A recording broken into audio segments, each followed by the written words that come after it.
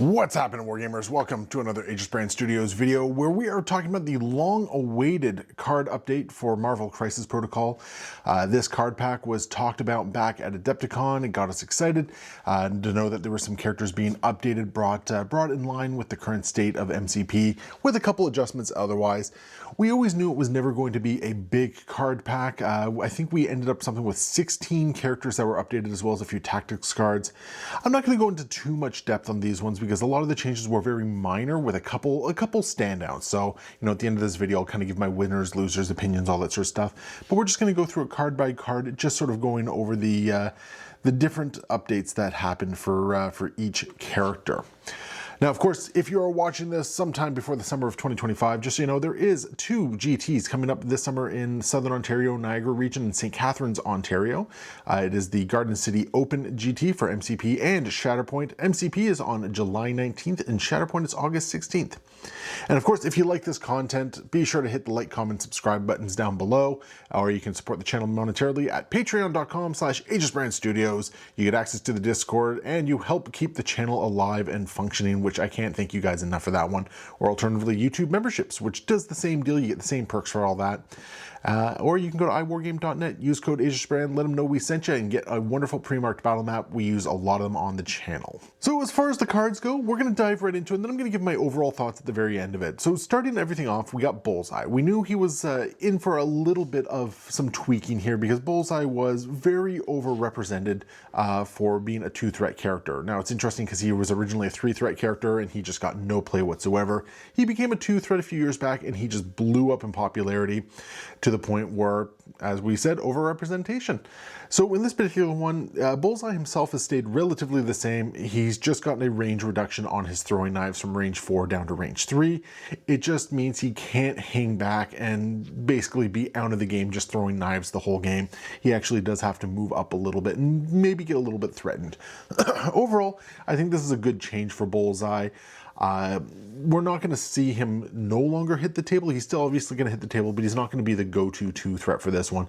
And we're going to see some breathing room for some other 2-threats, possibly in the form of like Rocket, if you want to have that ranged attacker. But Bullseye was just very consistent. Range 4 dice, being able to always guarantee a damage off. He was very good for what he did, and because he was able to do all this at range 4 with a parting shot, sometimes he'd be a little bit tricky to pin down there. Next up, we have, actually, you know what, I'm going to do this in a slightly different order. We're going to go through the characters with the most minor changes first, and then we're going to come back to the big changes. So we got Doctor Strange, Sorcerer Supreme, who got a little bit of an update. Not a whole big thing on this one. It was just Eye of Agamotto was updated to include dodges, so you can now reroll dodge rolls.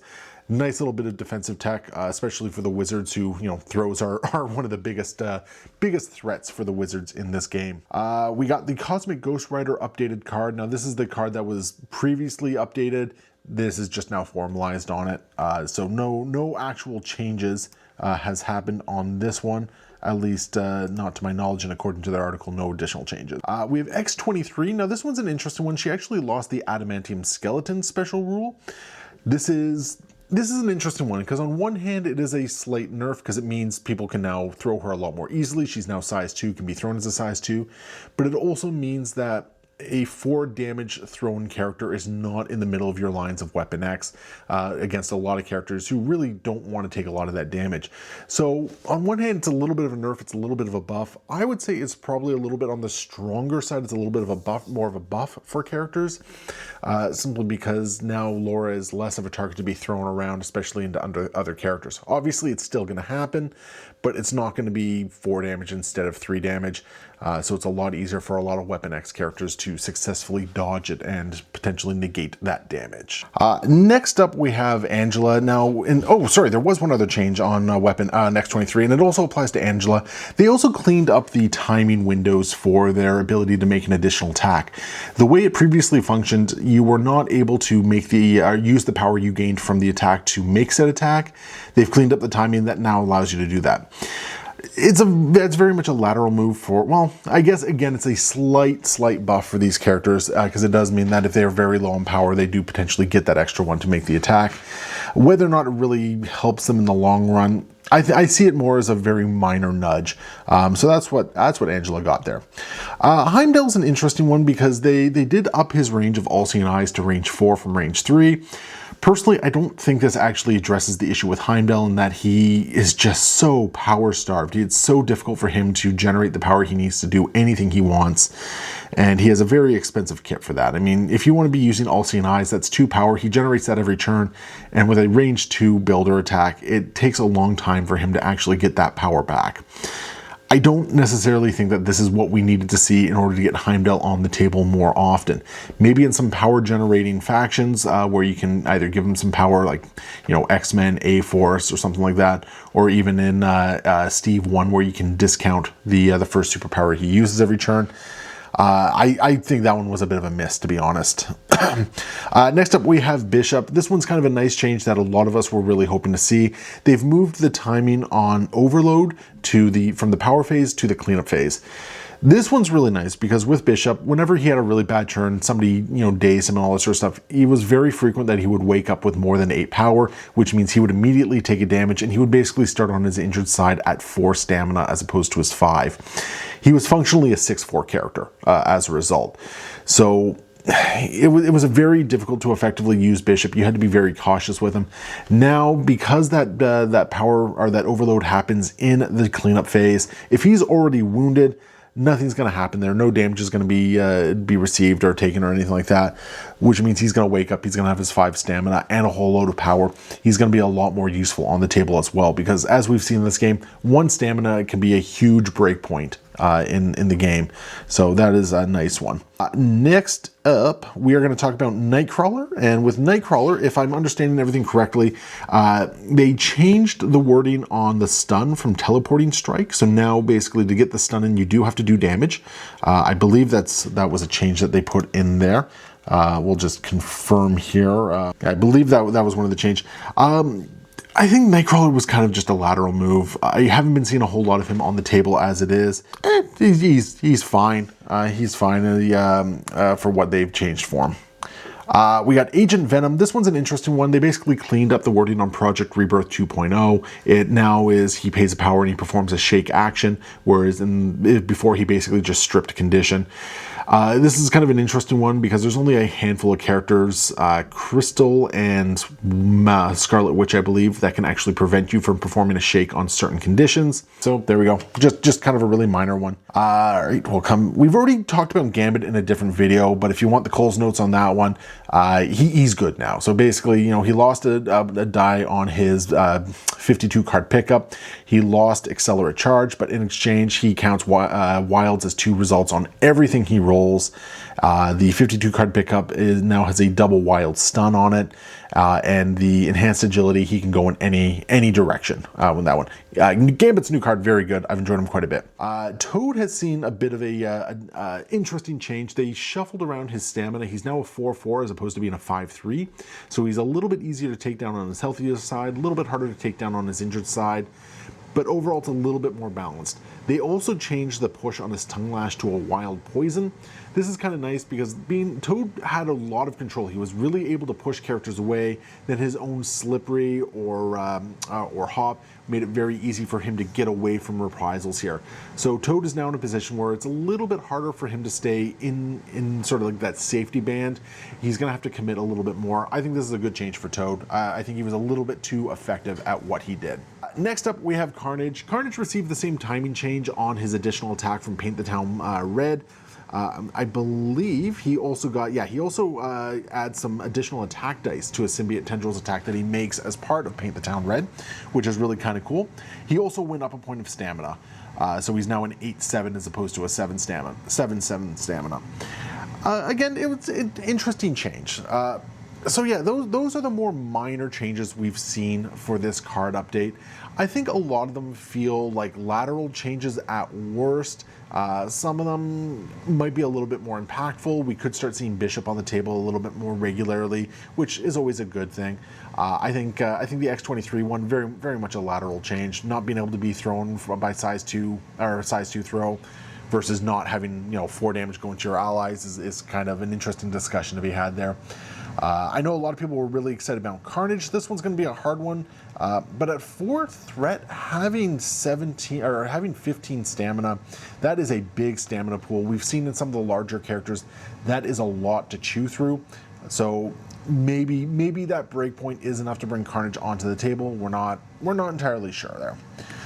So that is those are the minor changes we saw right there. We have a couple more substantial changes, and we're going to start off with Doctor Strange, and this is the original Doctor Strange. He's gotten quite an interesting glow up here. So he got the new Orb of Agamotto reroll for dodges, which really kind of cool, nice, extra little bit of defensive tech for him. They also increased, if I'm reading this correctly, the range on Auster's Refuge to range 3. I believe they did. Can't be 100% sure on that one, but I've seen some buzz around that one. But the big thing is that he has a new leadership. So previously, Doctor Strange's leadership was when you were to make an attack, you would pay 1 power. You could choose the damage type that was going in, or the attack type that was going into the enemy, and if you did damage, you would do a hex. Now, unfortunately, as cool and interesting as this leadership was, the fact that you had to pay in advance and you had to get damage through on it, it meant that there were times when the leadership just would not take effect because either the opponent would block everything or you didn't have the power to pay before making the attack. That's changed. You don't have to pay a power anymore. However, it has lost the ability to change the attack type. So physical is physical, energy, energy, so on and so forth. Now, the other interesting thing about they've also changed the timing so it's after an attack made by an ally character. So you don't have to commit to it beforehand. So you know by the time you're choosing to use the leadership if damage has been dealt. Very nice change. It means the leadership is going to actually be relevant and useful in this one. Interestingly enough, it also impacts characters that are threat 5. Yeah, I believe that's threat 5 or higher, which is a really interesting one because it means if you're dealing with a threat 5 character, it's going to happen. You don't need to do damage to them. You can just apply the hex condition. Which, I mean, Hex is a really good... we don't see Hex enough. I think Hex is a great condition that I would love to see more of.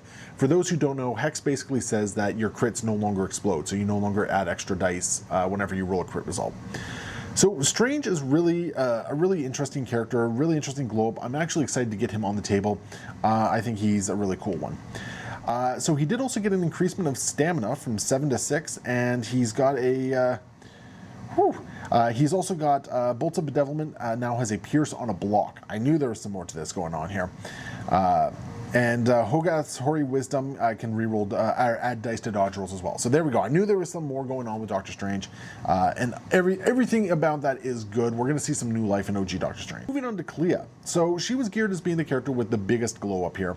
And one of the big ones is that she did go up some stamina. She went from 5 to 6 on her healthy side. So again, we talked about breakpoints. That's a big one right there. Icy Tendrils of Ixalan basically has easier triggers to hit. This is a really nice one as well because there was never really much use to that spender. It was always one of those things where 6 dice, 3 power. It wasn't feeling good because it was very difficult to get that power or get those abilities off. Another nice thing is the Descendant of the Faltine. That's her superpower that generates power. It now caps at 2 damage. As opposed to before where it was a damage for every skull. Now it's just if you roll a skull, you take 2 damage. It means she's not killing herself because that was very much possible. Good friend of the channel, House Party Protocol Will, we like to joke with that his Clea kills herself all the time because he's had some absolutely atrocious rolls with her rolling a lot of skulls. So this is a really nice one. She can now safely generate power without potentially killing herself as easily as it was in the past. So that is a really nice change to that one right now. The Vapors of Dormammu, that is her placing, has now gone on to range 4. So now she can stay a little bit further out of the fight and still help her allies quite a bit. Very nice. And then the Talons of Ferala is a new superpower that she has right here. And I'll just read this one for you. It's 3 power. It is active when this character or another allied character within 4 of this character makes an attack. During the create attack dice pool step, the attacker adds 2 dice to the attack roll. If it deals damage and the defender has threat 5 or more, after the attack is resolved, the defender gains the judgment condition. Can only be used once by turn. So first off, sorry to Baron Mordo. I mean, I think Clea just kind of takes his role in this one, simply because, you know, Baron Mordo's ferocity of Sidorak hurts, whereas this one's not actually doing hurt. It is more expensive. It's a point, or it's a power more, but being able to potentially put out judgment on characters as well is really kind of good, because that's going to reduce their power gain if they're taking a lot of hits back, which means the other characters are going to have to be a little bit more careful about how they spend their power. So very, very nice ability, very nice range on that one as well. Like I said, it feels kind of bad that I think Baron Mordo actually takes a hit for this one as a result. So next up, this is the character that I was looking forward to the most for the update, and that is Magik. Magik has been known as a glass cannon in the game for quite some time. She had low stamina pools. She didn't quite hit as hard as you wanted her to hit, and she folded very easily. Especially as a leader of the new mutants, that's never a good thing when your leader can go down that easily. So what's changed with her? Well, she's gotten an extra point of stamina. She's now 6'5" as opposed to 5'5". That extra point of stamina, once again, gonna harp on this, break points and stamina, very huge deal, and that change from 5 to 6 is a big one. Her Bolts of Oster also got an additional line of text, whereas it used to just be a range 4 dice energy attack that gained you 1 power. It now also gives you a hex if you get a wild crit result on the hex result. The downside on this one is that that's about an 18% chance, if I read the math correctly on it. It almost kind of feels like a bit of a nothing bit of text on that one, simply because, I mean, it's usually going to be a throwaway attack for Bolts of Oster, but you know what? It's there. It wasn't before. I'll take an 18% chance over a 0% chance. The other big thing that she got is she picked up immunity to incinerate. So this one's kind of an interesting one. I don't necessarily think it's what she needed. I know a lot of people were asking for it. It does mean that she can use Journey Through Limbo on herself for an additional place without having to worry about being incinerated. So that's kind of cool. I would have liked this a lot more if Demons Downtown was still an objective in the game, but it is not. So yeah, that's okay. I don't know if it's necessarily enough for Magik. I would have really liked to have seen her, or what used to be the Sorcerer Supreme of Limbo, now Scrying Mirrors of Limbo. I would have liked to have seen that include energy attacks as well for the Reverse Pierce, just give her a little bit of extra oomph to it, just to make her a little bit more defensive. Otherwise, her offensive capabilities have stayed very similar to what they were before. This is like a, no word of a lie, this is an improvement in Magik's card. I don't know if it's quite enough to make her interesting, but I do think between her leadership, calling out Ilyana Rasputin, and the change of her defensive tech there, it's possible we might see another Magik on the horizon coming soon. So, Colossus. Now, Colossus is an interesting one because this is his second set of changes that he's gotten here.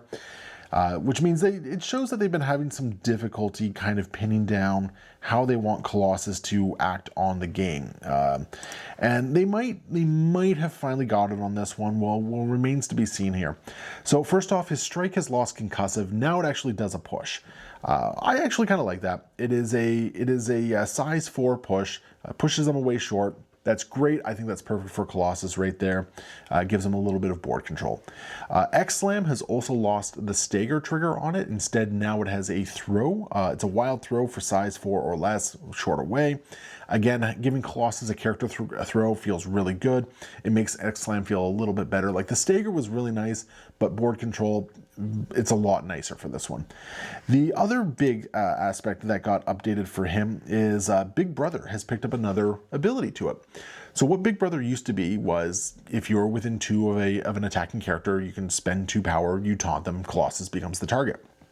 Well, now there's an added text that if he is within 4, or when an allied character within 4 is targeted by this attack, one of 2 things can happen.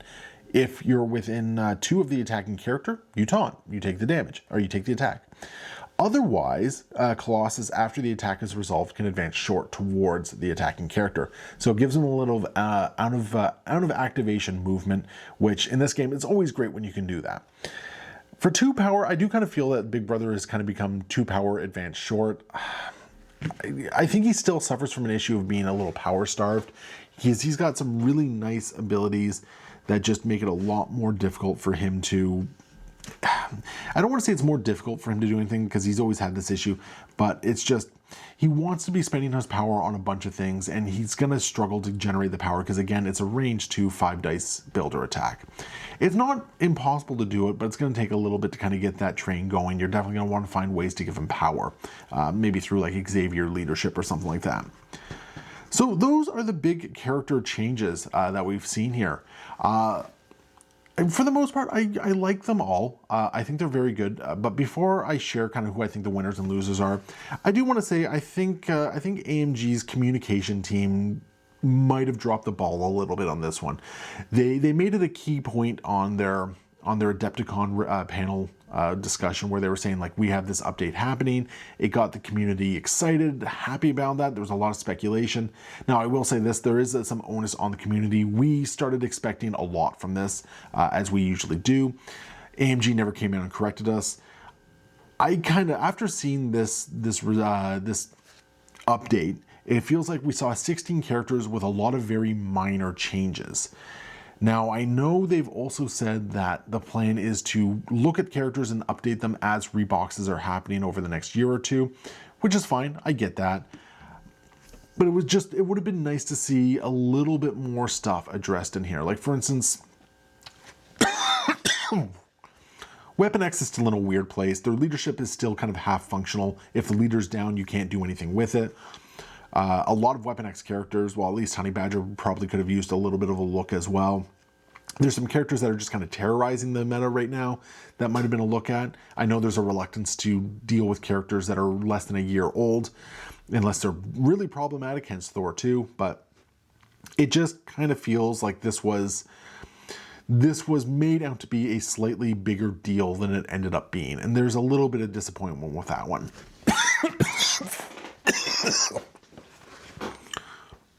Especially when you compare it to the Shatterpoint update that got a whopping, I think it was like 32 characters updated for it, and all very meaningful changes to that particular game. So I think MCP players were left wanting a little bit more. There's good stuff in here. That's not to say that this is a bad update. I think for the most part, there's good stuff here. I think expectations could have been better tempered and communication could have been a little bit better. That's all I'm saying on that front. Now, as far as winners and losers, I would definitely say I think Toad is probably the biggest loser of this one. I think Bullseye is still very functional, but Toad lost. Toad's inability to push things away was kind of a big deal for him because it kept him safe, it kept control on the table, and it made him a very impactful 2 threat. So I think losing that, switching it to poison, probably makes him the biggest loser of them all. I think Bullseye was a loser, but he was kind of a lateral change on that front. I don't think a lot has really... It's not really going to dampen him, especially with a lot of the new scenarios. That range 3 band is not too difficult to get into these days. And a lot of the time he's already kind of there. He might have to commit a little bit more, but he does have hit and run to kind of get back to safety. So I think with what it means for him is that instead of his play pattern being, activate, roll 2 attacks, and then sit on a point, now it's going to be activate, move, hit and run, make attack, go back. So he makes 1 less attack. So I would say, Toad to me is definitely the biggest loser there. I think there's a lot of lateral moves that have happened on here. Some characters mostly just getting cleaned up and everything like that. It's hard to say whether or not that's exactly what they need. I think Bishop might see some of the biggest improvement from this one, just because people might be a little bit more willing to use him now that he's not such a liability going on to his injured side, but I wouldn't necessarily call him a big winner. Surprising me, I would actually say, I was ready to say Clea for quite a bit of this, but I think Doctor Strange, the original Doctor Strange, is actually the biggest winner for this one. He brings a new leadership, while not an interesting leadership.